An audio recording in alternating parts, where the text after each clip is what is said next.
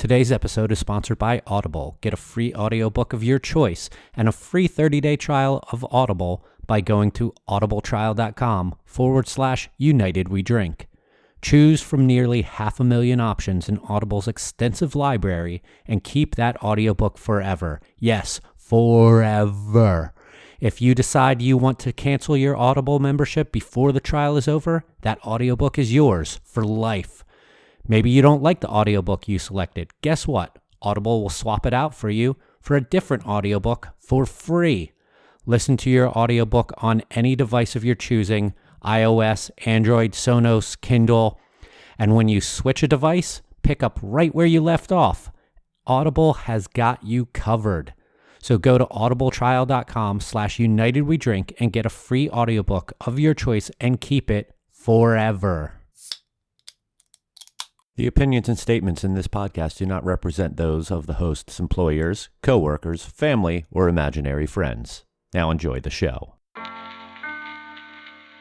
Hi, this is Dina Lang, professional radio personality, and you're listening to a bunch of amateurs on Reunited We Drink.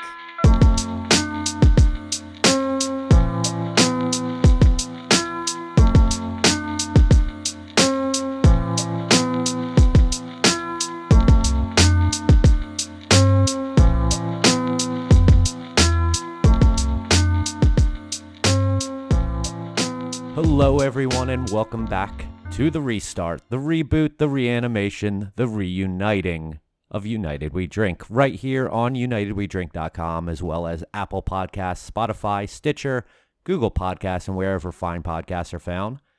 My name is Mike Urevich, and I am once again an employed person in the brewing industry after a couple-week break.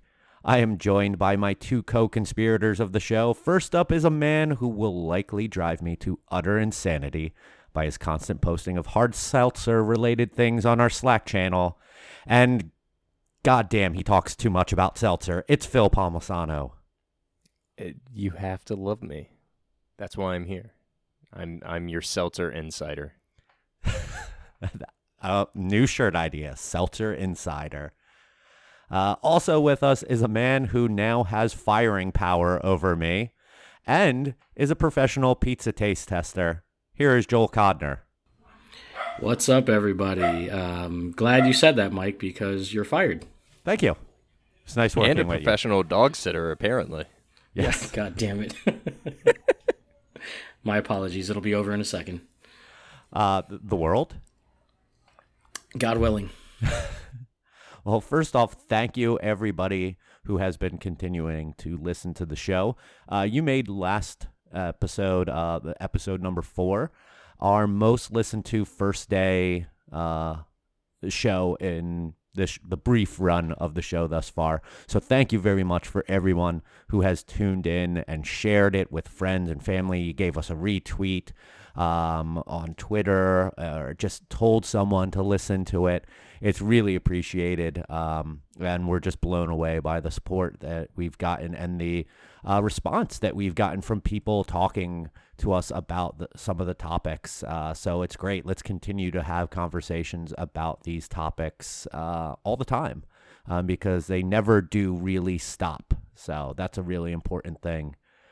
We're going to talk about beer and food pairings a little bit later on as our main topic of the show, but we're going to get into, actually, no, before we get into the news, gentlemen, are we drinking anything? I know we're recording at a very different time and day right now, but has anyone decided to imbibe? I personally am drinking something called a Res. It is an illegal pre-workout drink. Had quite a few sour beers and some Middle Eastern food last night, so definitely need the help getting up today. And it's also clearing my sinuses. I'm on coffee for the time being. I may jump over to a beer if I disappear on screen quickly. I, too, am drinking coffee. I was partaking in the sour beers and Middle Eastern food with Joel last night as well. And up far later than I'm used to at this age in doing so. So a little rough around the edges. Again, I appreciate the invite, guys. This one was not on us. We were not the ones who put this together. Talk to Kevin. That guy. Yeah. Jeez. All right, Phil. Let's talk about some news. All right. I promised you guys some seltzer news. Maybe a little bit later. First piece of news this week. Facebook. We are a beverage podcast. Not 100% beer all the time. And Facebook this week shut down a bourbon secondary market group over possible unregulated spirit sales. My question to you guys: do you think that this is something we're going to see more of, specifically within the Reddit, Facebook industry in particular, where it's social media driven, but also now starting to be regulated? And who's behind this? Is it Facebook specifically saying no, or do you think it's, some larger powers are at play here with the ATF? Start with Mike. I think there's a little bit of some conspiracy theory rhetoric in that, but I maybe there is some pressure on Facebook to crack down on it from the federal government standpoint, but I think that it would just be in their own best interest to want to crack down on things like that, because they could potentially be held liable for sales to minors or things like that, by allowing this to exist on their platform. I know all personally talked about the secondary market of beer and such, and I know that's been impacted by this as well. A number of beer trading, selling groups have been shut down by Facebook as well. I personally think that it's a great thing, because I don't care for the secondary market of alcohol. I think that it's not only just a shitty thing to do, but it's a dangerous thing to do because of the not knowing the age of the person that you're sending this stuff to. I just think it's irresponsible on a number of levels. So I'll give Facebook a thumbs up here for doing something like this. And there was some news that came out a couple months ago in like late July saying, Facebook banned sales of alcohol and tobacco between users. If I could read a quick statement, we are updating our regulated goods policy to prohibit the sale of alcohol and tobacco products between private individuals on Facebook and Instagram. Our commerce policies already prohibit the sale of tobacco or alcohol in places like Marketplace, but we're now extending this to organic content, a Facebook spokesperson said in an email statement. And, exactly what, you said, Mike. I mean, not only are, certain, it seems like certain spirit brands worried about counterfeits and what this article says are tainted mixtures and consider it a global health concern. The Costa Rican Health Ministry said alcohol tainted with methanol has caused the deaths of 20 people in Costa Rica since June. And they're thinking, counterfeits and tainted alcohol could be some of the causes of that. So, it's definitely a safety issue as well. Yeah, I don't disagree with you guys. I think counterfeiting is a huge thing outside of selling to underage minors. There's a great movie recommendation, Sour Grapes. It was released back in 2016 about one of the largest wine counterfeiting rings cracked to date. And the guy was, these knockoffs look great. And he was selling through private auction. So they were passing inspection of the auctioneer house or the auctioning house. I think we're going to see some shutdown on this. All of us have our opinions about the secondary market. It's unfortunately it's there. The trading market's there, things of that nature. I think it's a good way to sort of get your beer out there, your bourbon and spirits and things of that nature out there. But it's dangerous. There's zero regulation, and when you start looking at things that are not regulated, it becomes sticky. Yeah, I know a lot of people can go on about like, oh, there's too much regulation on this, that, and whatever, and I'm for that, and I agree with that to a certain extent. But what we are dealing with here is essentially we are making legal poison, and selling it and consuming it, and stuff like this really does need to be regulated, to try to be sure that it's being consumed as responsibly as possible by the people of age, and trying to curb any potentials for real harm to the wrong people. So yeah, I'm for regulation in this industry to a certain extent, just to ensure safety for people. For sure. All right, And second piece of... Oh, Joel? I was just going to say, I'm all for Facebook shutting down altogether, so that'll take care of everything. I'm sure your cousin will really enjoy hearing that. Second piece of news this week, Dogfish Head came out with an interesting collaboration. Merrill Shoes and Dogfish Head have partnered to do a collaboration. This time around, not a beer. It's actually a pair of 100% recycled trail running shoes. Do you guys think that this is a new trend where we'll see breweries team up with shoe companies, or is this just another piece of wacky, off-centered point of sale? I think it's what you just said, the wacky off-centered point of sale. I don't know why shoes are always the default piece of merch that some people or businesses go to. Like, there's shoes for competitive video gamers now. Like, you're sitting in a chair. Why do you need, performance enhancing shoes or whatever it is?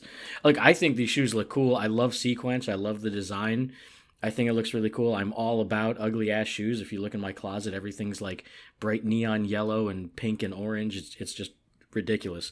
But like, if you've seen the documentary, The Defiant Ones, with Dr. Dre and Jimmy Iovine, people were approaching Dre like, you need your own sneaker. And he went to talk to Jimmy Iovine about it, and he's like, you don't need sneakers, you need speakers. And that's how Beats by Dre came about. So I feel like what do we, if it's being promoted as like, hey, these, if you want a healthy lifestyle and drink Sequence and have running shoes, that's cool. And I think it's cool to have something like that, but I don't know. I don't know why it always reverts to shoes. Miguel?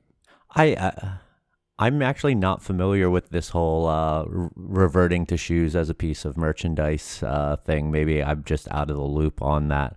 You are. Yeah, okay. I think it's kind of cool.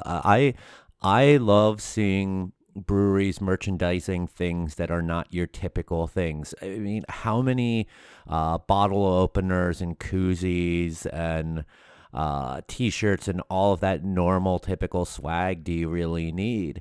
I know not everyone's going to go out and buy a $115 pair of shoes. When you sent me this link, I was like, oh, that's kind of cool looking. And then when I saw the price tag, I'm like, I'm no longer interested. It's pretty average pricing for Merrill's, though. I've never even heard of this shoe company before. I've the only types of shoes I've been buying for like the last 10 years are Pumas and Shoes for Cruise boots. So shout out to Shoes for Cruise. But yeah, I don't know. I've never been big into spending a ton of money on shoes. I always just go to like the outlet malls and get something cheap from last year's stuff. But I mean, I think they're cool looking. I like Joel, love Sequench, and I'm also a fan of crazy outlandish looking shoes by like color standards. So I think that it's a cool thing. It's a gimmick for sure. And maybe they'll team up with other breweries to make some other stuff in the future. I think that would be kind of cool. I feel like sooner. Really... Go ahead. No, go. I was just gonna say, I feel like we're gonna see Sam one day just dressed head to toe in like Dogfish athletic gear, like Garth in Wayne's World, where he's like, some people just do things because they get paid, and that's just really sad. Like, I don't mean to put that statement on him as if that's what they're doing. I just I feel like there's gonna be like Sam Adams basketballs and athletic equipment and workout gear. Like I feel like this is the beginning of a lot of, as Yogurt from Spaceballs would call it, merchandising. I dig it. I really like the simple fact that these are available on the Merrill website and not necessarily through the Dogfish Head website on merch, which I think is pretty unique because when you typically have seen some breweries in the past create tennis shoes or printed shoes, they were only available through their point of sale, and they were extremely limited. And honestly, like Oscar Blues put a pair of slides out, I think it was 2 years ago, and unless the wholesaler ordered through a portal, there was really no way to get them unless you won them through a like social media campaign. So I dig the idea. The shoes look cool. I really like them. And Merrell's are super comfortable, by the way. Yeah, like Mike, I've never heard of these. Definitely worth a shot if you guys get the opportunity to try a pair of Merrell's on. They're really good trail shoes. They have zero drop for the geeks out there that like to run barefoot. Super comfortable, specifically if you have wide feet. But this is not a shoe podcast. On That's to our seltzer other talk. podcast. What don't they call it? I'm putting on my drinking shoes. There you go, drinking. These are great drinking shoes. There you go, Joel. Shit. So as promised, a little seltzer talk this week. All right, bye. About 2 weeks ago ish, Anheuser-Busch crashed the Catalina fucking wine mixer, coming off of the movie Step Brothers several years ago. This thing actually turned into a real thing. Catalina wine mixer is a yacht convention, and Anheuser-Busch actually, Mike literally just walked away. Anheuser-Busch landed a helicopter on a yacht promoting Natty Seltzer's Catalina Lime Mixer seltzer water, and actually the helicopter. In the helicopter was the comedian, his name escapes me right now, but the comedian that on his YouTube channel coined the phrase, "Ain't no laws when you're drinking the claws." So AB went after competition, yeah.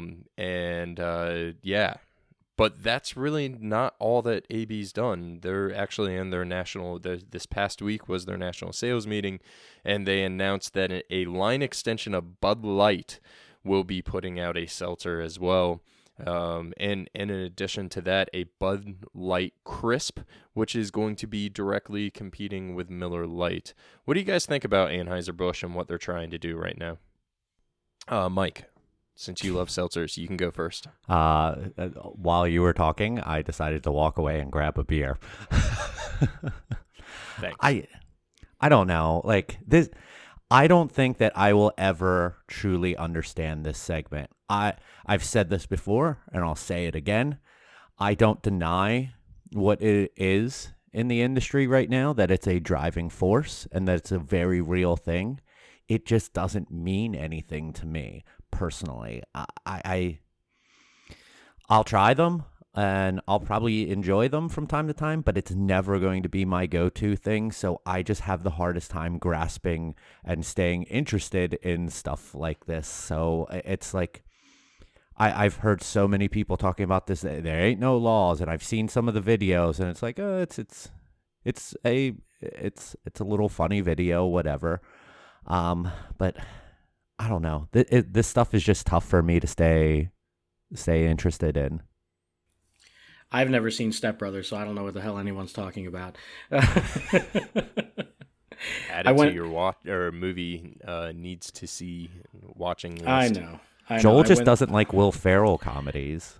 No, I don't like Will Ferrell as the star. I can take him in little bites, like Old School, or what was that other movie? I don't know, just like little bits and pieces. I can't deal with him for like an hour and a half, 2 hours. Especially John C. Reilly. I can't even look at him.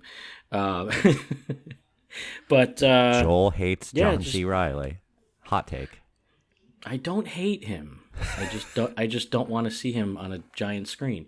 Nor would he want to see me. But Trend's gonna trend, bro. That's about all I can add to this one. And look, if I were at a gathering and they happen to be sitting in the cooler, I would help myself to one and see how it is. It's not really my thing, but I'll try whatever. See, I'm going to take a completely different approach to this and looking at the entire piece of news. I really feel that AB, well, one, has noticed that they're losing significant share in seltzer in particular, and they want to be top dog. So you got your Natty Light line, which is going to be your discount value. You have Bud Light coming out with a seltzer. They still have Bon and Viv. And then you start digging down to crisp, which the crisp piece could be a new beer category that we have to look at, similar to the ice category. I really think that Anheuser-Busch is looking to completely disrupt this entire industry. They're looking at line extensions to eat up cold box placements. Again, go back, watch Beer Wars if you want to understand how planograms work. But they're really they're doing the best job out there right now in leveraging new packages, innovation, and package size to try and eat up as much cold box space from all of us, craft breweries, imports, local. Other macro. Other macro, exactly.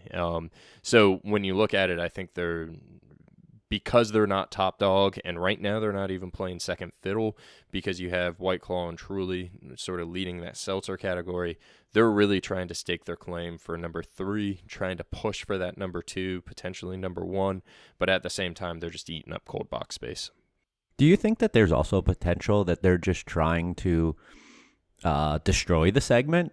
Like, completely make it blown out of proportion that people are just going to give up on it and then go back to beer, and they'll be like, come on back to us. Remember, we've always been here for you. Bud Light's always been here with no corn syrup, which was a thing I saw this week too. Well, yeah, the corn syrup thing, they have to blow through that package within the next month or two because they're not allowed to use it anymore. I don't know if they're trying to destroy seltzer in particular. I think a lot of people are trying to destroy or damage, to continue to use D words, disrupt, damage, destroy. I don't think it's going to happen. I hate to say it. I mean, we all thought that Mike's Hard Lemonade in particular has been around forever. Twisted Tea's been around forever. I don't think we're going to see this category disappear the way that we saw sodas really fall off pretty quickly. Alcoholic sodas, I should say, not craft sodas. And you can still get a good variety of craft soda out there as well as alcoholic sodas. But I don't think we're going to see that steep cliff. In fact, I want to say it was Deschutes came out this past week and said, well, we're going to come in and we're going to do a true F&B. We're going to do more of that sort of flavored malt beverage, similar to a Mike's Hard Lemonade, and we're not going to play in the seltzer category. So I think it's really, people are grasping for straws and they're trying to find additional case sales. And one thing we haven't talked about on this episode is CBD drinks, THC drinks. That is a category that I think we're going to start seeing. And then on top of that, these RTDs, ready to drink cans, Boulevard in particular has done a great job of getting Fling out there. I think we're going to continue to see that segment. So I think the lines of what craft beer is, and I'm using my air quotes, is really convoluted right now. And I think you're seeing craft breweries trying to dabble in different areas, more so than just distilling and winemaking, where they want to push forward. And we haven't talked about wine in a can yet either. Shit. Yeah, and we can do that some other time. We've really gone a little far on this one. So let's settle that up and let's move into our main topic here, where we're going to talk about beer and food pairings. And we're actually going to let Phil kind of drive this car, whether or not that's a good idea and we stay on the road. We'll see. But Phil, why don't you kick us off here? I'm not the one that's drinking, so as long as I'm driving, you guys should be in good hands. I Beer poured and some food? Copper Point Lager into my coffee. It's not bad. Oh, nice. It's coffee lager. Yeah. Beer and food pairings. Super. I know all three of us are passionate about it, and we enjoy drinking and eating all at the same time. But when it comes down to the holidays are right around the corner, and when it comes down to trying to put together a spread and beers that go with your spread, there's a handful of some really basic terminologies and rules that you can go through to try and pair equally with the food that you're serving your guests. So when we start this discussion, I think it's important for you to understand, first and foremost, this is all individual. Everybody has different flavor profiles that they Subjective. like, they dislike. Subjective, exactly. So when we're discussing beer and food pairings, I think fundamentally it's good for all of us to sort of state what we like and what we dislike, particularly within this category. So Mike, real quick, what are some things that you like to do just fundamentally when it comes to how you would pair your beer with your food? See, I still kind of consider myself pretty novice with beer and food pairings. I've only ever done it less than a handful of times professionally. I've done it like personally a few more times.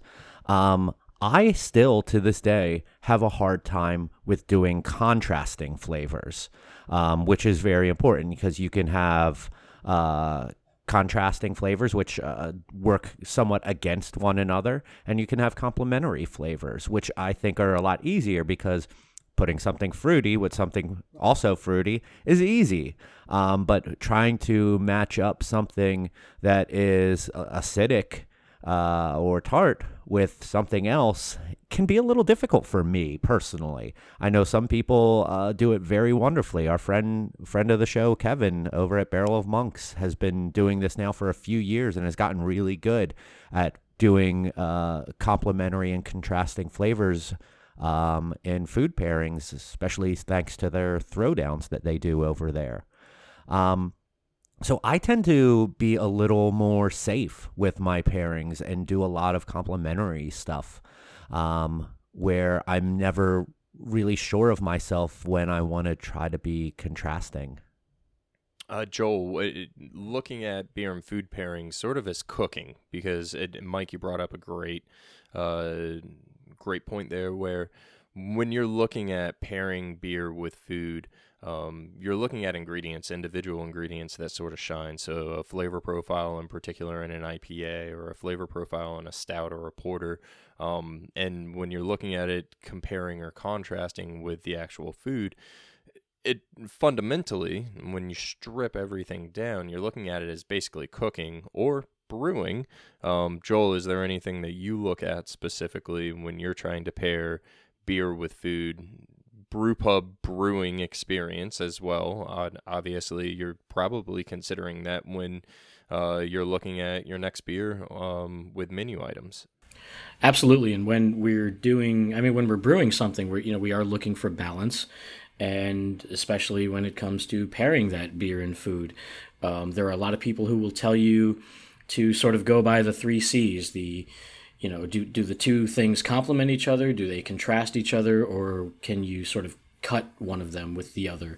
I sort of look at cutting in the sense of like contrast. So to me, it's more of two different things. But I sort of agree with Mike in the sense about playing it a little safe. But I would only say that when it comes to for another audience, and you don't know what they're going to like or dislike. When it comes to something like the Throwdown at Barrel of Monks, which I'll casually mention I've beaten Kevin twice at. I don't want to get too crazy in an audience of possible novices, and I think you sort of have to play to your audience and hopefully offer something that they can understand and enjoy. For myself, I love contrasting. I mean, one of my favorite pairings that made no sense to me whatsoever when I first had it, and still to this day I don't understand, but I loved Dogfish Festina Pesh, which is like their peach Berliner, with stir fry. You had that sort of fruity acidity sort of working against this like savory, salty, really just very sort of in-depth, like Asian style. Like to me it really made no sense, but it worked. Like the Berliner, the fruit sort of cut into the heat. And then there are things like, another experience I had was, sitting in the Legal Seafood Test Kitchen in Boston having Allagash White and, a bowl of clam chowder in the middle of a snowstorm. I mean, to me, it's also about like set and setting, as some like psychedelic shamans would tell you is important for your experience. Like, to me, it's also about the experience, where I am, who I'm with. There's a lot more to the pairing than just the food and the beer. And I've had some, really amazing pairings all by myself, and as well as in larger groups. There's so many options. And I think I play it a little more safe when it comes to like dessert. I'm not going to go too crazy. I love, anything like super chocolate and sweet with, stout, a porter, coffee beer. So there's all different ways to play it, and I think it comes down to personal preference and the audience you're playing to. Yeah, so actually both of you have discussed the throwdowns that Barrel of Monks Brewing out of Boca Raton, Florida holds, I believe, monthly. They're every other month now. Every other now. So the concept started with the brewery looking to invite an opposing brewery into their home and basically offer 5 beers that were pre-selected with a blind menu. So you're blind pairing all the way through, and but you only have 5 bullets in your chamber to play with, and once you use that beer, it's gone. So it's a pretty unique concept that I don't think many people in South Florida have been able, or Florida in general, have been able to replicate. And they're a lot of fun. They're extremely tiny. I think it's only like 20 to 30 people per sitting. And they bring in local chefs to sort of cook for the audience. It's a very unique setting when you look at like beer versus wine or beer versus bourbon or spirits in particular, which I've done both.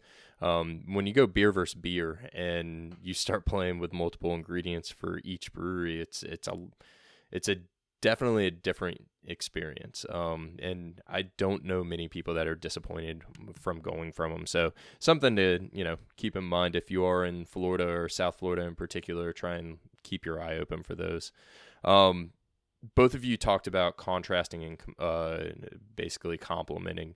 When you're looking at complementing, I would recommend personally, in the way that I've built my menus in the past, go delicate flavors with delicate flavors. So, Joel said clam chowder and Allagash White.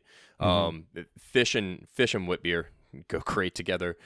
Subtle clove, coriander, sweet wheat flavors with a white fish or clams or mussels, things of that nature always go well. Char, I would recommend with darker beers. But you can also go with pale ales. So you get a little bit of that contrasting where you get that heavy char. Say you want to do grilled chicken or grilled pork. Something like a Schwarzbier would pair beautifully with it, but then you could turn around and use the opposite, like a pale ale, a little citrusy, some piney flavors to sort of cut some of that char flavor as well. And then finally, spice is probably one of my favorite things to play with. And you can do a few things. You can go delicate flavors, but with a strong backbone, or you can play with it with hops. And hops do 2 things. So they sort of heighten the heat, but at the same time, they can bring the heat back down based off of your malt build of the beer. So those are a handful of the things that I look for when I'm pairing my menus in particular. I also, like Joel said, it's an experience thing. So I keep in mind, if I'm building a menu for a restaurant in particular, I'm trying to think, how advanced are their drinkers? Are their drinkers experimental? Do they want something a little bit safer? Is it, am I basically serving this up to maybe some people that have had craft beer for the first time? I have to keep the audience in mind at the same time, as well as the experience of of the chef, I should say. I was saying earlier about having issues with contrasting flavors, and while Joel was talking, he actually said something that made me think of a contrasting flavor combination that I really enjoy, and that's when I think of desserts. Joel mentions the easy way out with like pairing dark beers with chocolate and things like that.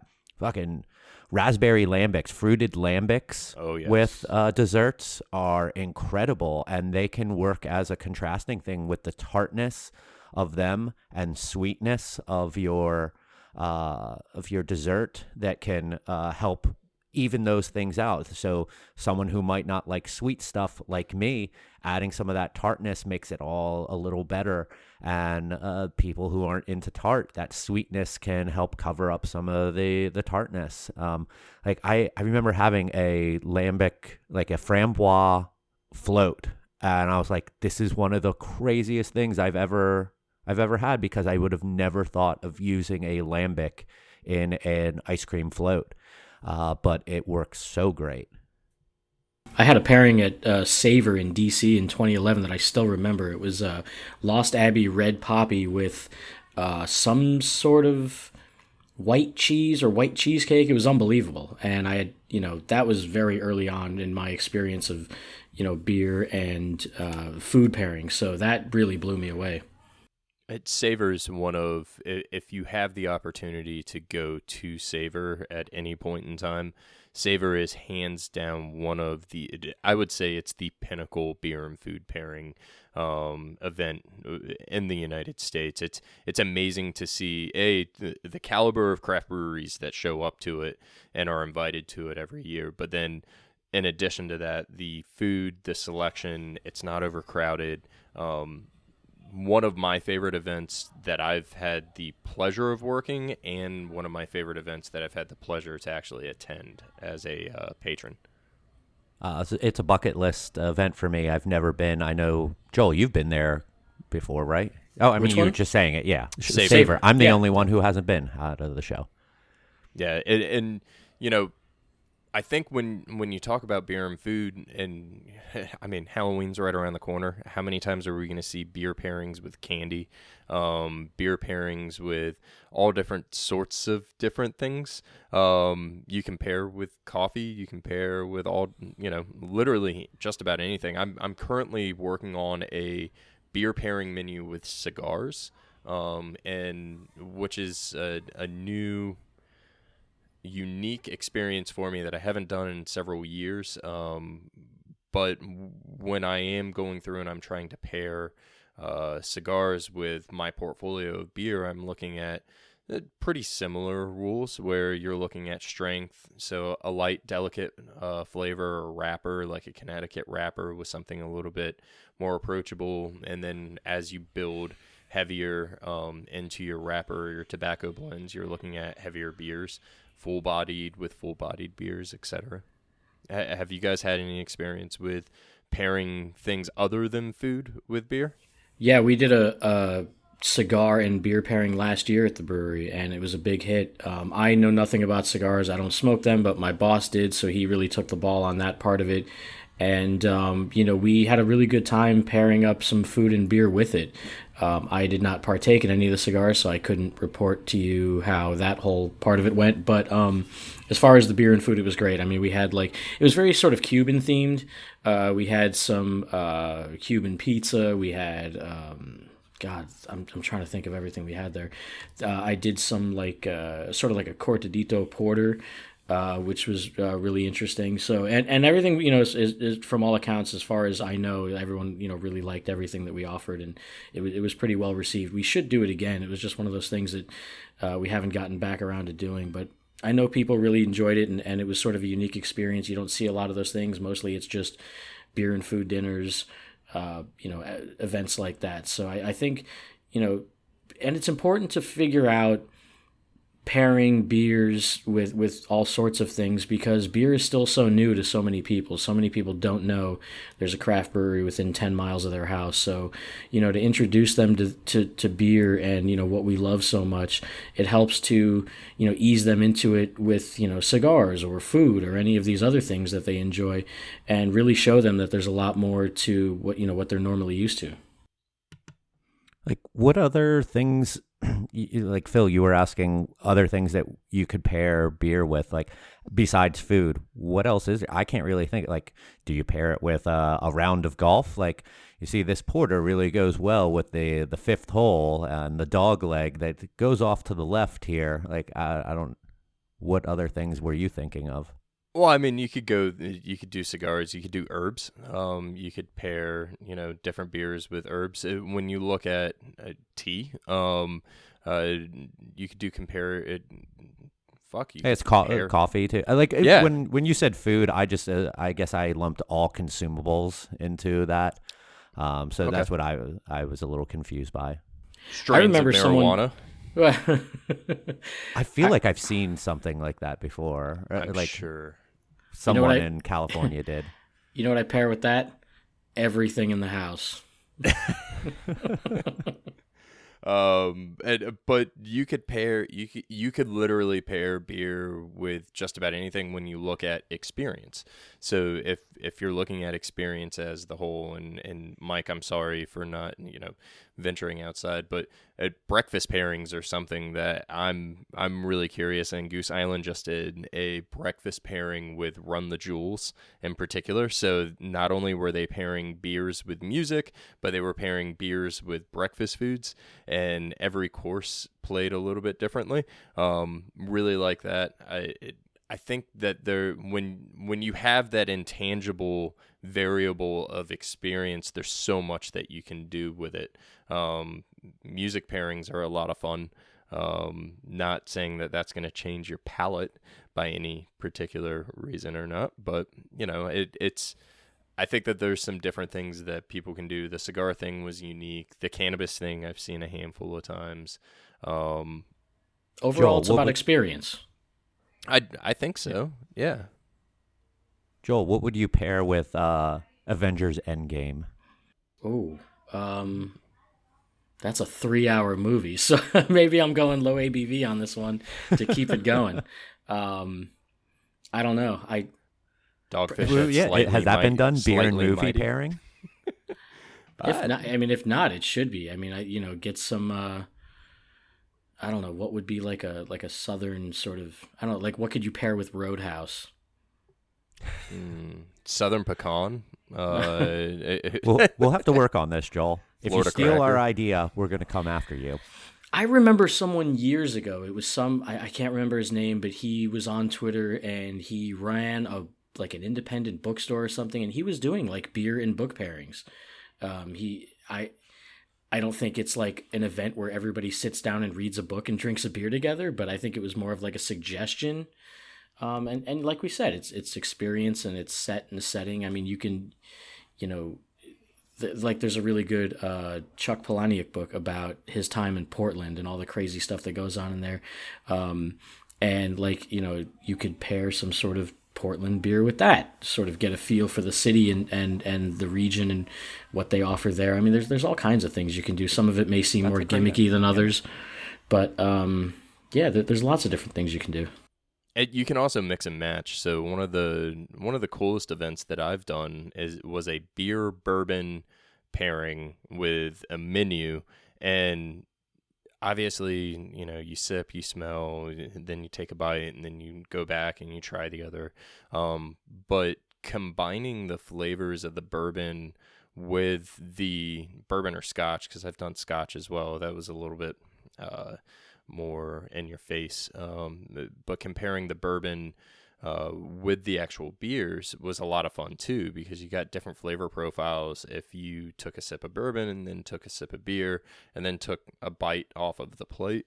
Beer and wine dinners I've had more times than not favorable blends between beer and wine, but every once in a while you'll get something that pairs beautifully with, a crisp white wine or maybe even a full-bodied red. What are some of your guys' favorite pairings? Like, Phil, what if you could take like two beer and food pairings that you would recommend people to try? What would you tell them? Well, it wasn't on my list, but carrot cake and IPA is one of my favorite pairings, and I remembered that as we were talking about dessert. The hops and a big American IPA, I should say, really will play to the subtle orange peel that's in carrot cake. But off what I actually had written down and prepared were grilled wings with no wing sauce, with a Belgian wit is one of my favorite things. Just that subtlety of chicken with a little bit of char, and then that sweet wheat flavor is hands down one of my favorites. And then a lambic, a traditional sour, or like a real funky farmhouse saison with some blue cheese or some gorgonzola. It's a pretty safe because you're playing funk and funk, but put that with a pretty bland cracker or something to give a complexity of crunch and savory and sweet, and that's possibly my number one. What about you, Joel? Not to offer a shameless plug, but I had something the other night at the brewery, and it's sort of a little bit like what Phil had just mentioned about wings and wit beer. I had this buffalo chicken flatbread with our wheat beer that's brewed with wildflower honey. So there was a sweetness, there was sort of a smoothness from the honey that sort of cuts down on the heat of the buffalo chicken, and it was also, sort of a even though the flatbread is sort of like a mini pizza and it may be a kind of a heavier dish, the wheat beer really sort of lightened the load, if you will. So that was really enjoyable, and that was something I just had the other night that I discovered that I thought, wow, I'm going to do something like this again. I also really enjoyed IPA with like a mojo citrus chicken, or you could even do like pork. I like how the hops and some of that citrus and spice play with each other. And like I said before, I love dessert pairings, and it doesn't always have to be your dark chocolate. Like you said, it could be lambic, which is awesome with dessert. It could be something maybe a little crisp and lighter to cut through some of that rich, dense sweetness, and something heavy in caramel or something like that. I mean, oh shit, one I forgot, which I think is one of the ultimate pairings, is when I was in North Carolina, just a standard brown ale with like barbecue, brisket. I mean, it's fucking mind blowing. It's one of the greatest things ever.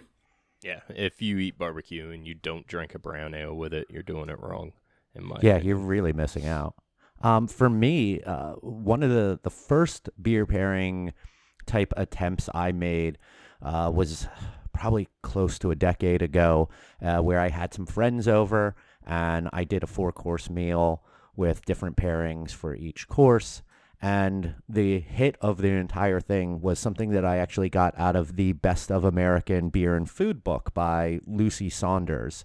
And in there is cheese stuffed jumbo shrimp wrapped in bacon, and utilizing Swiss cheese in there and paired with saison.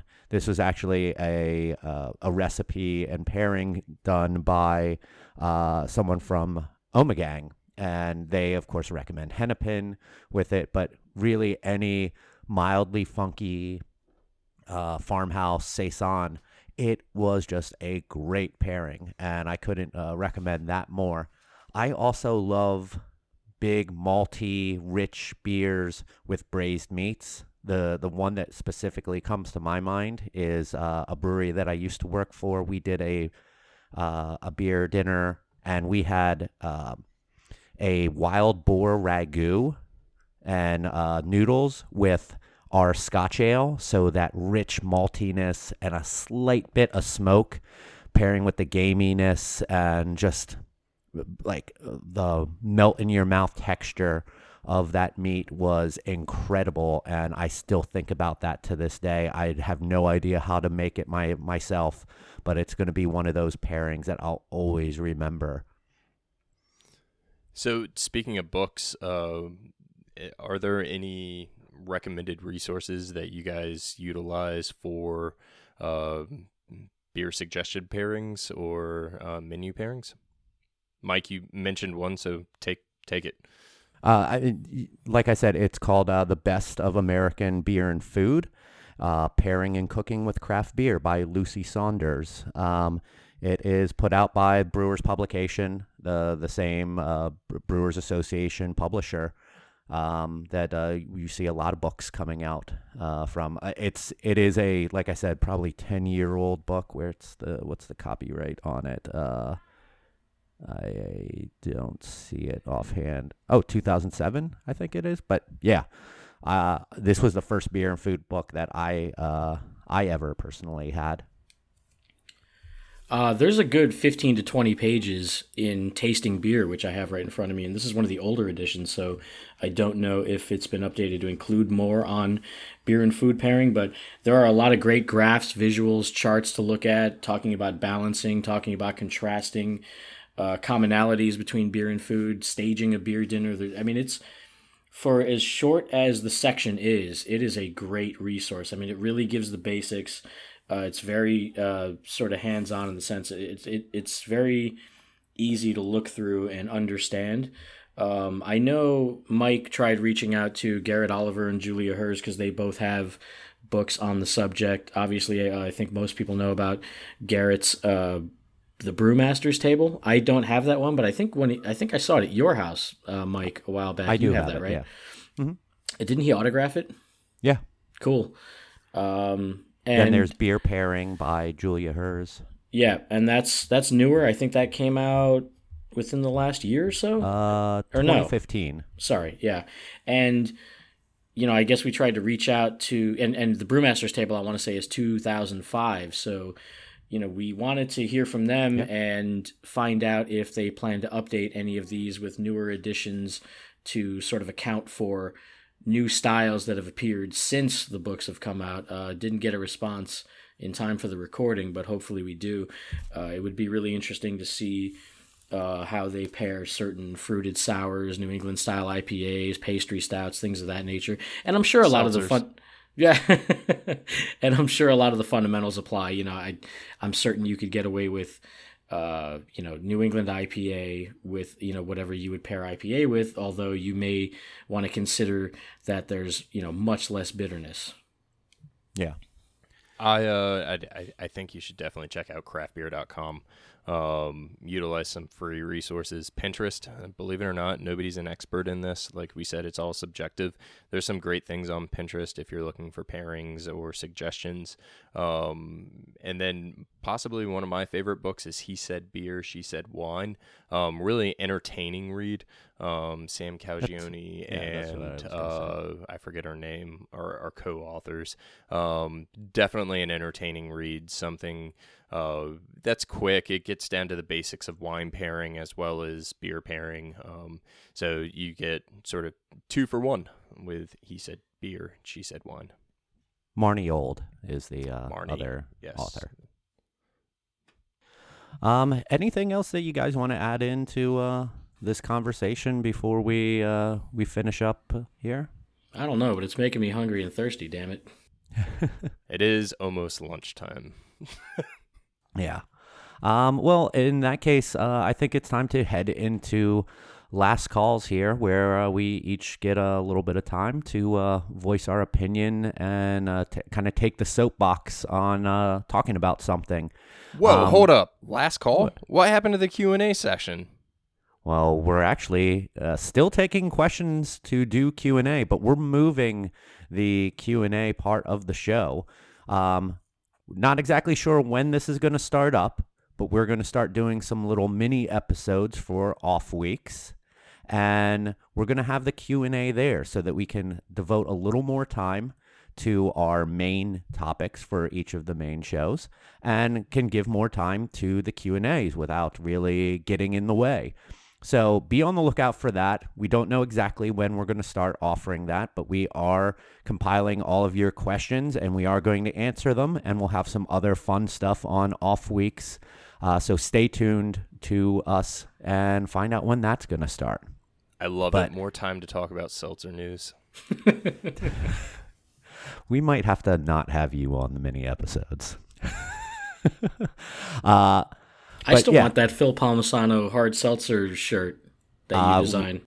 We're gonna be working on getting some new shirts up onto the web store soon. UnitedWeDrink.com/store. Go over, buy a shirt. But yeah, keep an eye out on that. As for last calls, I'll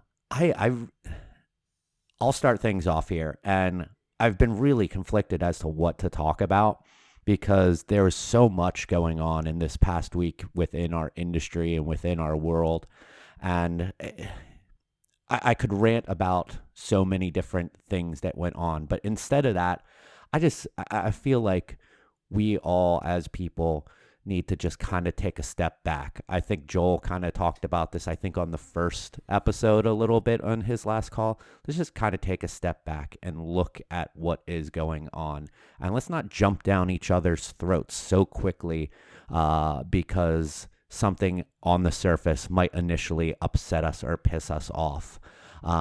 Let's take a joke for a joke. Let's take life a little less seriously and not be so upset by every little thing. And let's concentrate on loving one another and helping one another and just knowing that we're going to be on the same earth, consuming the same air for hopefully still a foreseeable future. And let's just get along a little bit more and let's have a beer, let's have a seltzer, let's have a wine or a bourbon, and let's just have some more fun. That's all I really wanted to say. Joel? So for me, I spent, I don't know, it was like a week and a half ago, I started thinking about my last call very early, and I started writing it out. Next thing I knew, I had 2 pages, and I started rehearsing it to myself, and it ended up being like 4 minutes long. And then, and it was very personal, very introspective, very sort of, I don't know, what's the word? I don't know. But then I saved the file, went upstairs to bed. It was like 4 a.m. And of course I go on Twitter and someone happened to be talking about the very same subject I was going to last call. And they sort of shit all over it without actually reading or knowing what I had just said or written down. And I felt like, well, fuck, there goes my last call. So instead of getting into all that, which I might just say for a later time, I'm just going to apologize for all the noise in the background with my brother's dogs and everything else going on in this crazy household. Phil? We talked about it a little bit or alluded to it. The national sales meetings are going on. ABP, annual business planning, is in the air. And it's, it's a fun time in our industry in particular. But at one of the national sales meetings this past week, like him or not, Harry Schumacher of Beer Business Daily got called out as a quote unquote asshole, I think is what they said. And that seems to be a weekly thing, I feel like. Oh no, he got called out. At least if you follow him on Twitter. He got called out as a dickhead. So he actually had what I thought, he released a statement in regards to said brewery, calling him out as a quote-unquote dickhead, and I thought it was extremely well written. I thought he did a fantastic job of handling a really crappy situation. At the end of the day, when you look at news reporting, and I think for the most part he tries to stay pretty unbiased. I like him individually.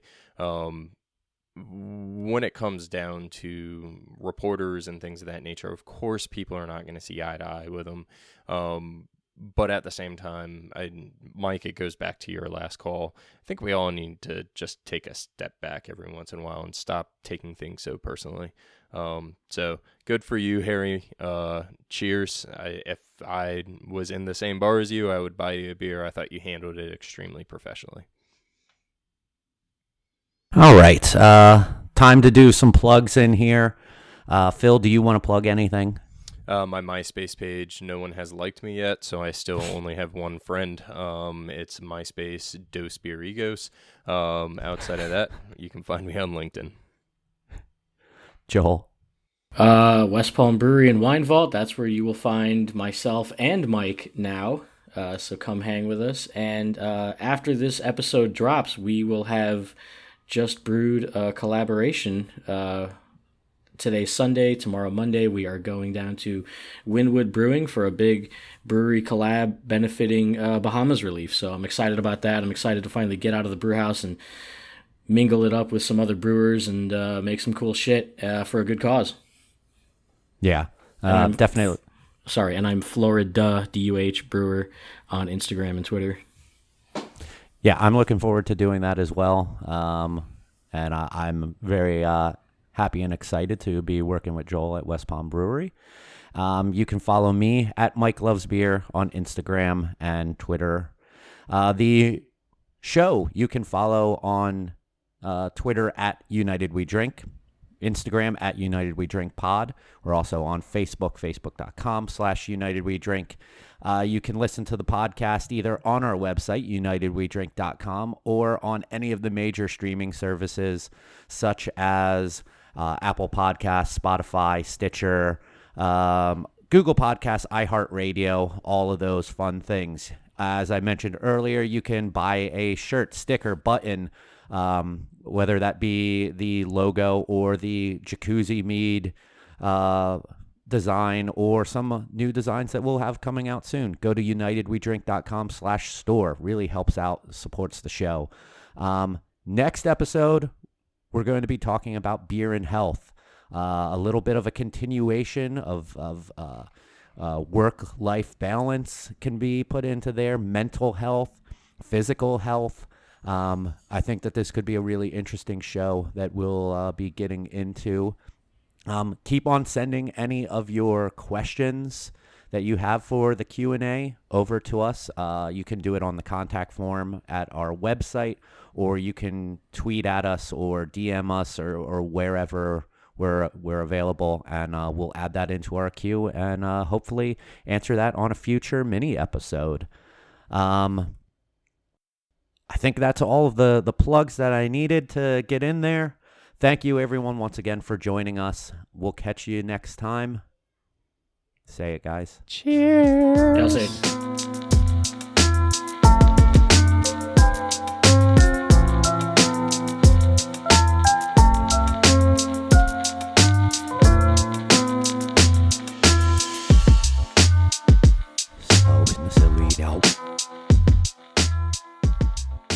Man, we're so much more entertaining when we drink.